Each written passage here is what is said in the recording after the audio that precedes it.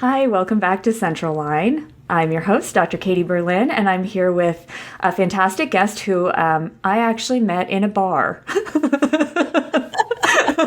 But we were at a vet conference. But I will always remember. Yes, it was a legitimate reason to be at this bar. But I have been following her and always happy to get a chance to chat with her ever since. Debbie Boone, welcome to Central Line. Thank you, Katie. I'm really excited to be here. Like you said, I've been following you too. We were, actually at a conference I think called Get Done, right? Yeah, actually, that's true. That was it. So we were there for legitimate reasons to learn how to get things accomplished, and here we are. That's true. Yes. Things. Absolutely. And you had a lot of great stories. Like, you're a great person to meet in a bar because you have a ton of stories to tell.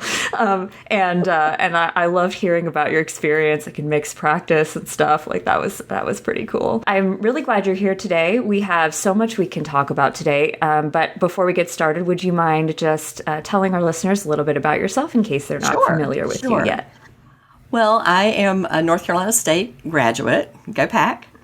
And I was one of those wannabe veterinarians. But after 3 or 4 years of school, I went, nah, I'm done. And I left there, and I managed some my family's restaurants for a couple of years. But I always still wanted to be in veterinary medicine. So I moved to Greensboro, North Carolina, and got a job as a part-time CSR in a hospital.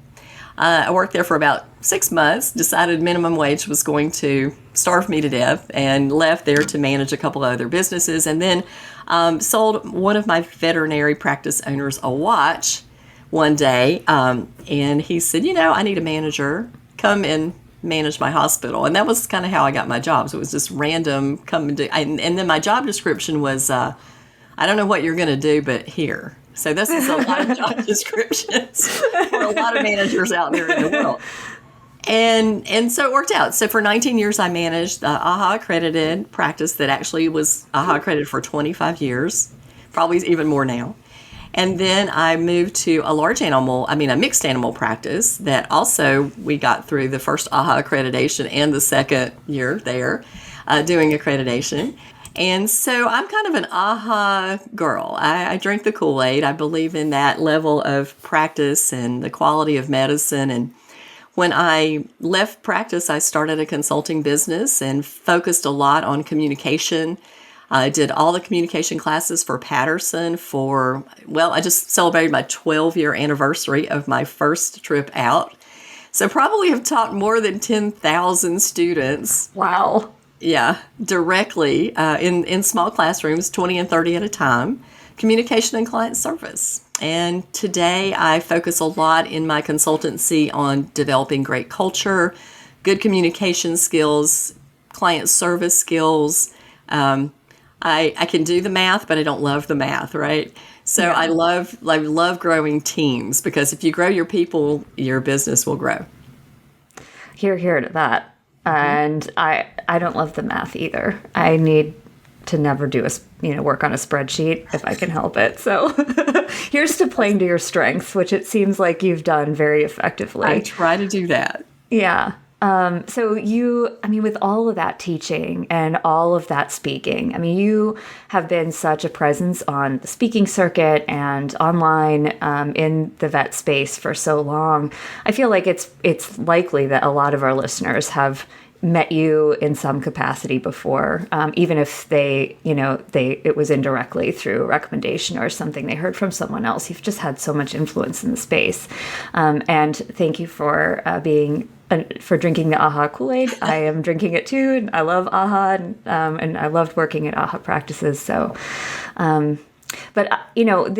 this episode, we really want this conversation to speak to the CSRs, the client care teams, receptionists, everybody who's right there on the front lines.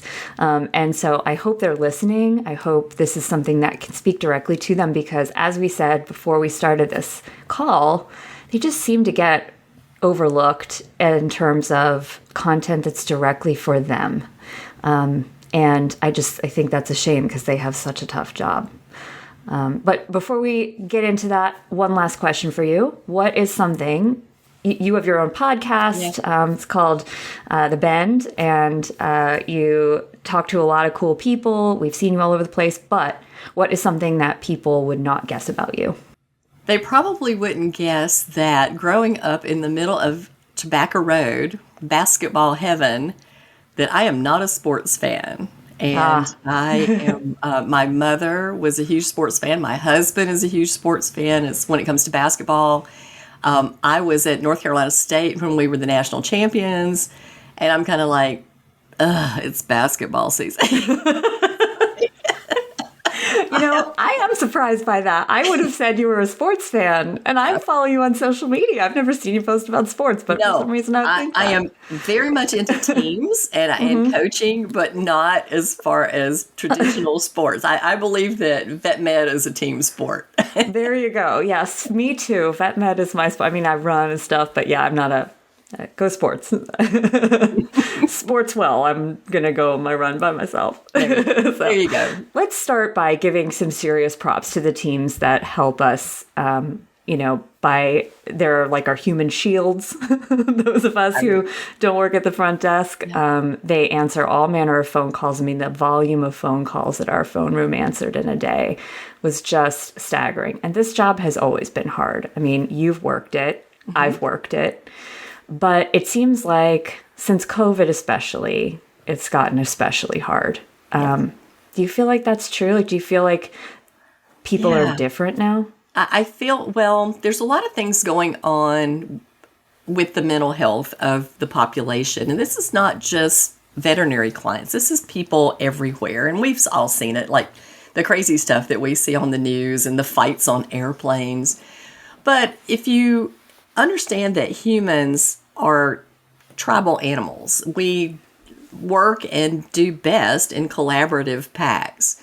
And then when we isolate ourselves from the world through, what COVID did to us, then it is not our nature to be alone. And it really hurts us mentally. Then you add on top of that the constant fear of maybe getting sick, social unrest. Now we have a war. Gas prices are going up, inflation. I mean, there's just so much that just keeps bombarding us mentally.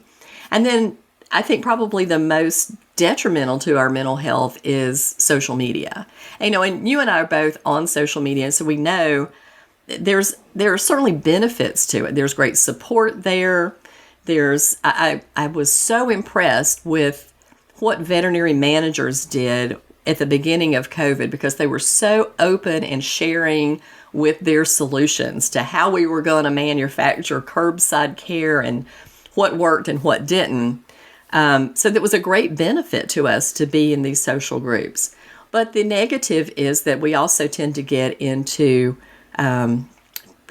tunnels, right? So we're only hearing certain things because of the way the algorithms work. And that is keeping our cortisol levels kind of amped up. And the problem with that is that humans aren't meant to run around like that. Very much limbic brain responses are happening. And I think the challenge for the CSR teams and for all of us is to have behavioral acumen. And this is what we don't teach. We teach people, when you answer the phone, say this. But we don't teach people to be aware of the emotion behind why people are acting the way they are. And several years ago, when Fearfree first became a thing, I became Fearfree certified. And I was just blown away at the lessons I was learning in animal behavior, because I'd been teaching it for 10 years in human behavior. And we really are animals, and our limbic brain responses are the same. And I think when we realize that, we can give a little grace to people, because they are fractious cats who really are just terrified. Right? I feel very seen right now. Yeah, that's such a good equivalency. I have never thought about that. The idea that Fearfree, like sometimes we're actually more attuned to the behavior of the cat in our exam room than we are to the clients on the phone. Exactly. Yeah. And I'm just thinking about when we learn about animal behavior, we learn that there isn't really a level to their stress. When we put them in a carrier and pack them off to the clinic, they don't know if this is like certain death or if they're going to get a nail trim and no one's going to die. Yeah. To them, it's the same amount of terror. And because they don't know when it's going to end or what's going to happen at the end. And that's us. That's been us since March of 2020. Exactly. Normally we can reason our way through things, but there hasn't been a lot we could reason our way through in the last 2 years. Right. Well, every time we think that we're getting to kind of a steady state, something else bombards our limbic brain, and then we're back up there again, and we become fatigued. Yeah. It's very much like an abused spouse, that there's a constant spike of fear and the drop down, and the spike of fear and the drop down. And then eventually there is so much fatigue that you're always in an agitated state and your mind can't recover. So this is why I'm talking about, that behavior acumen, to be able to be really careful about the story that you tell yourself, and catch that limbic brain starting to go off the rails, and then engage the cerebellum that says, okay, now this is fear response. A saber-toothed tiger is not attacking me. Yeah. I live here in this house. Everything is good. I need to calm my brain down, and I don't need to let my brain run loose. And so some of it is emotional intelligence. That is part of it, but the other part of that is understanding that same thing is happening to that human on the other side of the telephone. What can I do to de-escalate, to not ramp them up, and then be where they are? That empathy is so important in these challenging situations. And I realize that some people come in just loaded for bear, but a lot of times we haven't paid attention to the subtle signs. We've missed the body language. We've missed the cue that would have changed the direction of the conversation. And sometimes we have inadvertently been the flamethrower because we say things that set people off, and we don't realize that we're doing it, and we don't mean to do it, but it's presentation, right? It is what you say. Yeah. That's a very good point too, because I think a lot of times when people are hearing this conversation and they're hearing people talk about de-escalation and how to learn how to talk to people essentially and read people's body language, there seems to be kind of an undercurrent of well, because you're really bad at it now, because you really suck at doing this thing that should be part of your job. And really, when it comes down to it, we all are bad at it when we're all stressed and upset. And we have all been stressed and upset for a long time. And so that's the other side of the coin, is that clients are more stressed and anxious than they've ever been. And so are we, which limits our ability to kind of reason our way through things. Yeah. Well, I just wrote an article on how to fire a client for AHA. It just came out. And it's two twitchy people, right? On both sides of the coin. So we're both all twitchy.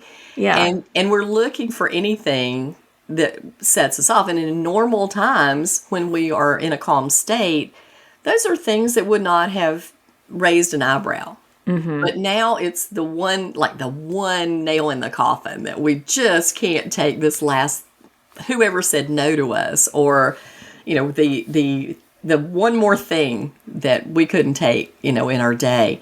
And I it's something as simple as when people call up and say, I want an appointment. And they're always assuming that it should be like it always has been. And they could get in the same day or the first thing the next morning. And we blindside them by saying, oh, I'm really sorry, we don't have an appointment for 3 weeks. Well, first of all, they should not have been surprised by that. Unless they're a brand new client, we should have been pushing information out about the state of veterinary medicine, about the fact that we are booked out so far in advance, about the fact that there's a whole lot more animals being cared for than there have been, because our clients should have been getting that information from the beginning, and they should have been prepped. It's very similar to having a puppy and saying, okay, here's a puppy, here's what it's going to need for the next 6 months, but then here's what it's going to need until it's an adult, and then here's what it's going to need when it's geriatric.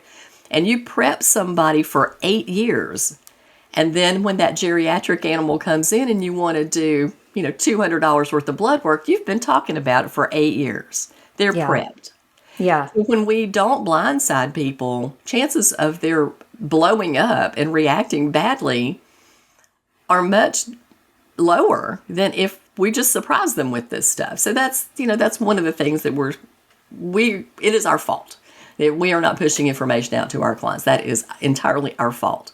Now, can we make sure that they read it? No. And we tried. And you have to give people messaging over and over and over again. You can't just say it once and think, okay, I've told everybody that now because they didn't listen to it, right? Mm-hmm. So we could do that. But we also need to pay attention to the things that are happening in people's lives, and they will sometimes give us subtle cues about that, and that is active listening. So I'll give you a prime example. I was overseeing like a call, and I was going into the admin on a Weave account of a client of mine, and I was listening to their lead CSR have a conversation about euthanizing an animal. She was kind, she was compassionate, but she missed so many subtle cues that would have given that client a much better experience. She missed the fact that the woman said, I want to do this when my child is not home because the last time I even mentioned putting this dog to sleep, he ran away from home. Oh, goodness. So instead of pausing and saying, I understand how upsetting that is, she just kind of kept on talking about the process of euthanizing the animal. She also had a prime opportunity to say, you know what, there's a really great book that Mr. Rogers has written for children, specifically about the loss of a pet. Let me send you the link to that book. So these are the opportunities that we have that we miss because we're in a hurry and we're not listening well. So those deep listening conversations, again, they stop a lot of the blow-ups. Yeah, that's a great example. And it's so easy too, just thinking back to think of all the times I was on the phone and probably was like, I could explore that more, but I'm not going to because I'm really in a hurry or because I really don't want to be on the phone with this person for any longer because I have 12 other calls to do. Exactly. And how different those interactions might have gone if I just paid a little bit more attention. Yeah. This AHA podcast is brought to you by Care Credit. Care Credit understands you're busier today than perhaps ever before. To help free up your time, the Care Credit Health and Pet Care Credit Card allows clients to access a budget-friendly financing experience anytime from anywhere. They can learn, see if they pre-qualify, apply, and even pay if approved, all on their own smart device. With just a tap, they have a friendly, contactless way to pay over time for the services and treatments their pet needs. And you get a few more minutes to take care of patients, take care of business, and take care of yourself. I remember my car sunroof blew off. It exploded one time on the highway. Just exploded. Oh, wow. I guess there was pressure built up under the interior part of it, and the glass just blew out on the highway. It was so scary. It was like a sonic boom above my head. And I went into the dealership, and I was like, so my sunroof exploded on the highway. And the guy was like, oh, that's weird. And I was like, did you even hear me? I have like a picture of this like hole in the top of my car. Like I called 911 because I thought I killed someone with it. And he was like, that's weird. And when do you want it back? And I was like, somebody needs to understand my struggle here. And that was just a car. Yeah. So, definitely a little bit of sympathy or empathy in the right situation could go a long way. And it doesn't take that long. There was a stat several years ago, I think AVMA did this, about listening and that clients want to tell their story and that we bring them into the exam room and we start to ask them some questions and they start to tell their story and we interrupt them within 13 to 15 seconds and they never get finished. But if we would allow them to continue and finish their story, it only takes 90 seconds. But they always feel dissatisfied. And I've listened to a multitude of clients, as have you, and we know that sometimes the story meanders down a very strange path. Right. But often there is something in that story that matters if we will listen appropriately. The client doesn't know that it matters, but it matters to us. And it could be as simple as, thinking about working in mixed animal practice. The client said, my dog is limping and I have no idea why. You have a conversation and you go, well, and you find out the farrier came out. Well, you know what happens when horses get their hooves shot, right? So the farrier's throwing clippings out. The dog is there. Chances are really good the dog got kicked. Oh, you have a horse. Could it be possible that your horse, kind of kicked your dog? Oh, yeah, that could have happened. Well, that's listening. That's just listening to people's story. And we're not very good at it because we are always in a panic, in a rush.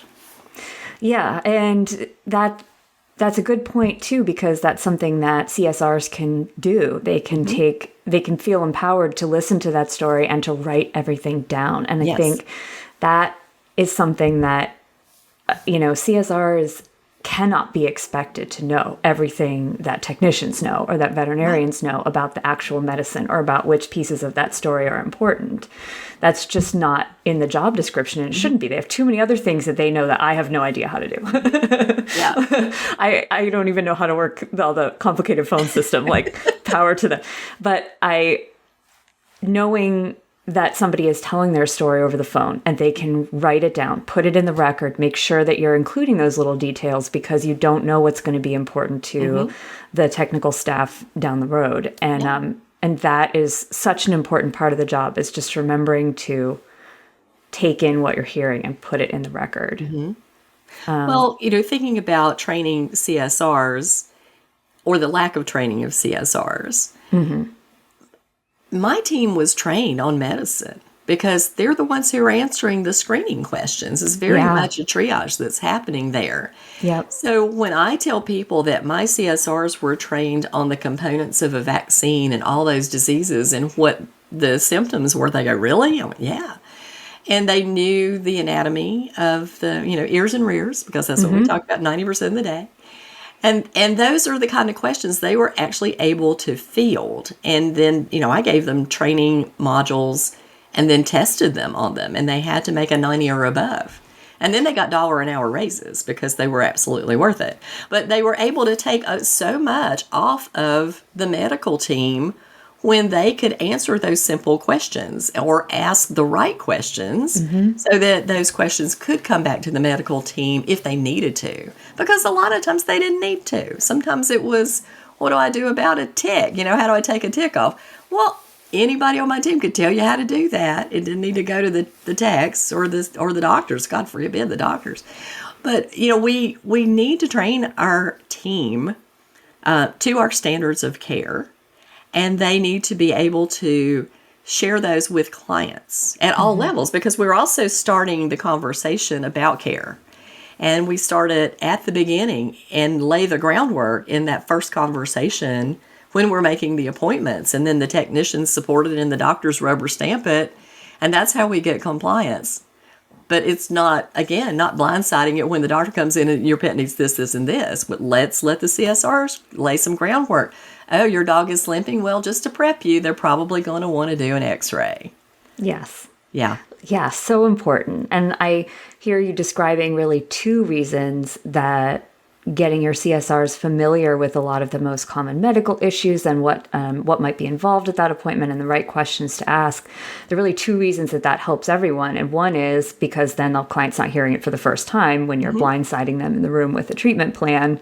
But also, it probably escalates a lot of people to get on the phone with a CSR if they don't feel like any of their questions are getting answered. It could be so frustrating when you call and speak to a customer service person who doesn't know the answers to anything you're asking. Exactly. And that's frustrating for them too, I'd imagine. Oh, yeah. Well, there was such a confidence. The 4 modules that my team took were common telephone questions and the answers. They took preventative care. They took like the components of blood work and Gold Star customer service. And the last one was the employee manual, because nobody ever reads the employee manual. That's true. So they had to get tested on the employee manual. But once they went through all those and took their test and they got their raises, they were so confident. And, thinking about body language and tone, when you have somebody who's really confident in their knowledge on the telephone with you and they're answering your questions, then there's trust built up. Yes. And that is really the most important thing that we can get in veterinary medicine is our clients' trust. And that has to happen through the whole team. And one of the really important reasons for training all of your team on what your standards and protocols are is because clients are going to get a consistent message through every person on your team. We were a huge sentinel practice. We were right there in Greensboro, North Carolina, and Novartis was in our back door. So we did a lot of their clinical trials, and we were definitely advocates for that product. But everybody on my team was trained about that product, and that was the product that we used. And if you had asked the kid stocking dog food or the practice owner, you were going to get the same answer to the question. So that consistency ended up with a 90% compliance rate on heartworm and flea prevention in our practice. And we saw no fleas in North Carolina, no parvo, because we had, consistent vaccination protocols, and no heartworms. Our emeticide would expire before we'd sell it to other people because we wouldn't use it. So to say that in a practice, a 5-doctor practice in the state of North Carolina, that says that your team is on the ball, and because it was the team that did it, and it was definitely a team effort. For sure. That's such a great story. I can't imagine a practice without fleas every day in North Carolina. I mean, we definitely don't have that in Pennsylvania where I worked. We see fleas all the time. If we saw something somebody pick something up on the, rescue it and come in. And we would call people to the treatment room and go, look, come here, look at these fleas. If vet assistants have never seen one before, right? This is not normal for us. Look at this. That's a great example of the application of that consistent message. And it really does start and end with the front office because they're the first and last people you interact with as a client.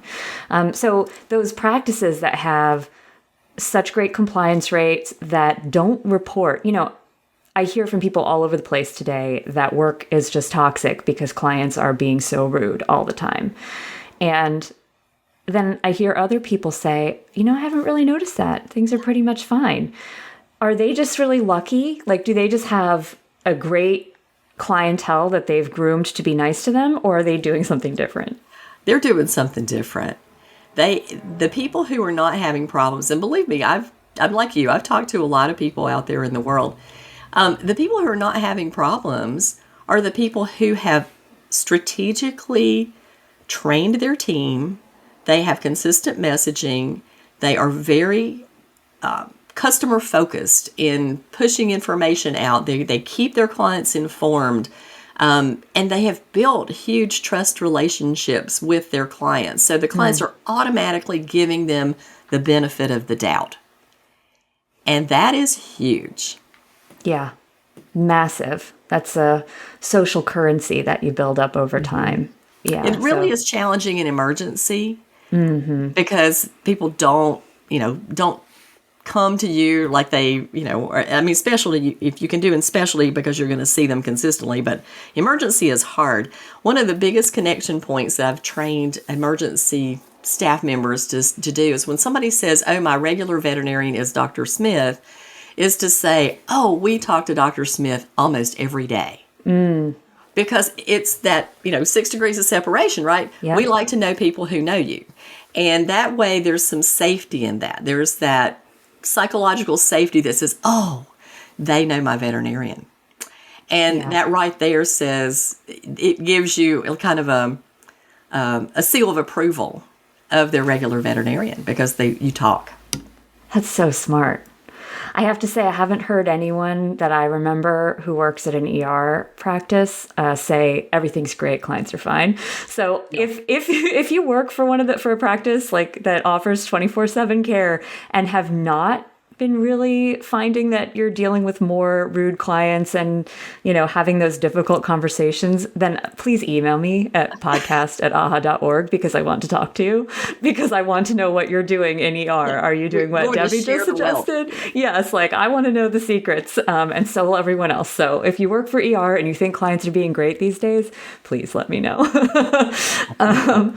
But so, a lot of practices, things come from the top down, right? So you have management, their training protocols, their culture, how they treat their CSRs, and how much power and knowledge they give them really makes a huge difference in the day-to-day experience of their team. But I think CSRs probably often, because I did, feel pretty powerless to change the way things are done at their clinic, because they are so, and I say this not because they're less important, but because they don't usually get to make the rules, but they seem lower on the totem pole. And so they just don't get to say, I'd like to do things this way. What do you say to our CSR colleagues who feel that way and feel that they're just not getting those resources from management? I think a lot of times CSRs do feel that way. They feel like they don't have any power and that they just have to take it. But there's always something you can do for yourself. You don't have to rely on your management to learn. And there are so many good books available to you about the things that we're talking about. And my Bible of communication is Crucial Conversations. This book, it's got 3 authors. One of them is Joseph Grenny. But this one, if we would all learn these arts, we would have great culture in our hospital. We would have great communication with our clients, even our families, within our families, because some of our challenging conversations are actually happening in our house. So we would just have a better life if we just learned how to have good conversation or good communication skills. And this book is amazing. So don't think that you have to wait for somebody to spoon feed you this information. There is stuff out there for you. And I just have finished writing an article that will come in the Trends in June. Yes. And it does have some training information in there, some recommended books that, are cheap to buy on Amazon. But take it upon yourself to learn. Because truthfully, I'll tell you, that's how I learned most of this stuff. I mean, you can see behind me, there's a stack of ridiculous amounts of books behind I love a me. full bookshelf. And that's not even all. I might have a Nook and a Kindle. That book's on too. So have book will travel. That's me. There's stuff you can learn that will help you. And then, I had a conversation one day with the CSR team that was really excellent in a practice outside of Washington, D.C. And they said, Debbie, I think we do pretty good work, but nobody ever acknowledges that. And there were 5 of them. And I said, well, I'll talk to your managers about that. But let me ask you this question. When have you ever acknowledged each other's good work? Have you looked at your fellow team member and gone, damn, you handled that client like a champ, man. She was rough and you did a great job. Now, you tell me why you can't do that. And they looked at each other like it never occurred to them. And they go, well, we can do that. I went, sure, do that. And then other people will see that and hopefully mirror your example. Because we do mirror. That's a human nature thing to do, is to mirror. So let's make an effort to praise and acknowledge each other when we are superstars in managing those difficult clients. Because some people are just amazing at it. Absolutely. Yeah. Yeah, some people just naturally seem to understand it more than others, but you feel, as I do, that everyone can learn these skills. Course. Yeah, Absolutely they can. Yeah. Crucial Conversations is a fantastic book. And we actually we talk a lot about, I use the phrase crucial conversations several times in this podcast, series already. And I didn't explain what that was. So thank you for bringing that up. But that's a book that everybody in vet med should just have and read and maybe go back to on a regular basis. I think everybody in the world. It would be seriously thinking about investing it and sending it to the Senate and Congress, because I think that would help them tremendously get over some of this gridlock that we're dealing with all the time. Agreed. Because it really is about listening and listening for how people feel, not what they say, but how they feel. And I have to think too that, we have a staffing crisis in vet med now. It seems like everyone's hiring, can't keep enough people on staff to be able to meet the needs of all their clients. And I have to think that if management is encouraging this and helping to nurture these skills, it will only help to keep people happy on their teams. Sure. Yeah. Well, if you think about what we have going on in vet med, we have obviously issues, the same mental health issues that they're actually sort of exacerbated. But this is the root cause. If you're doing like meditation, that's a Band-Aid, right? Yeah. So why are we cutting ourselves in the first place rather than let's stick a Band-Aid on whatever it is? Communication is the root cause. And poor communication is the root cause. If you go back and you think about why do people take you to the board as a veterinarian, chances are really good it's not your medicine. Although I have seen some crap medicine out there. I won't say that I haven't. But some of those doctors just get away with that over and over again. Right, Never end up at the board. Yeah. They do. But and you know what? It's because their clients like them. Yes. Yeah. And then the ones who really are probably superstar as far as the medicine goes, they're just not really great people persons. And so they are the ones who have the conflicts because they've missed these interesting and vital social cues that keep people from getting angry and upset or feeling disrespected. Because I'll tell you that most of the time, disrespect is much more prevalent than anger. And this is the other thing that we don't do very well as humans, and that is identify our emotions correctly. So I used to have CSRs come to me as the manager go, Debbie, Miss So-and-so is so mad. You need to come up and talk to her. And so, that was my job. So I would go up and talk to her. She really wasn't mad. She was very frustrated, or she was feeling very disrespected. And how did we solve those problems? So a lot of it is just listening, riding along with it for a while. We want to argue and negotiate. But if I can give anybody the main tip in dealing with somebody who's upset, if you wouldn't pat a dog that's growling at you, getting ready to bite you, don't engage a client who's that mad because they can't think. Their limbic brain has completely taken over their spark brain. So all you have to do is ride along for a while. And in Fearfree, what do? We throw like treats on the floor, right? So there's verbal treats that we give to humans. And the verbal treats are tell me more. I understand. I can see where you're coming from. And just keep going along, even though it could be completely insane. Because until you get them down to a level to where you say, would it be okay if I shared my side of that story? And then they could say, okay, yeah, I'll listen to you. You've wasted your breath. Just ride along with it. But it's hard and it takes self-discipline because we want to argue and we want to win. And we want to be right. Oh, man. Yeah. That is... There really isn't anything I can add to that will make that any better. Like you just dropped the mic right there. I was going to ask you, what is one thing that practices can do right now to support their client care team? But I think that's it, right? Is like teaching people this skill. Teach people the skill. Yeah. And there again, it's storytelling. We're telling ourselves this story.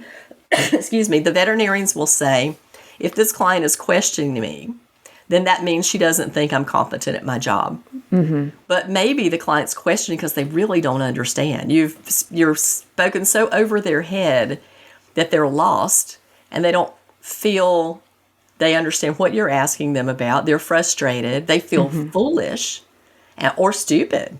And if you ever make anybody feel stupid, then you're setting them up for anger. It's a very short trip from frustrated to anger. So important, Debbie. Thank you so much. I'm thinking about all the times I was Mrs. Smith in my life now. Because I get the limbic brain take. I just can see the blinders coming in and it's like, how dare you? So we've all been Mrs. Smith and we all probably will want to be Mrs. Smith again one day. So we have to have empathy there. We do. Thank you so much. We do. You're welcome. Debbie, where can people find you? I know you have a podcast. Please give us the deets on that. I do. My podcast, and it's a vodcast. So we have two. We split it. Mm-hmm. The vodcast is on YouTube, on my YouTube channel. It's called The Bend, and it's also available on Podbean and other and Spotify. We can't. My Apple account and I are having an argument, so I can't get it on Apple yet. Noted. Continue to work on that. Yeah. Apple doesn't make it easy. You also can follow me on social media on LinkedIn at Debbie Boone, Practice Consultant, on Facebook at the same, on Twitter, on Instagram.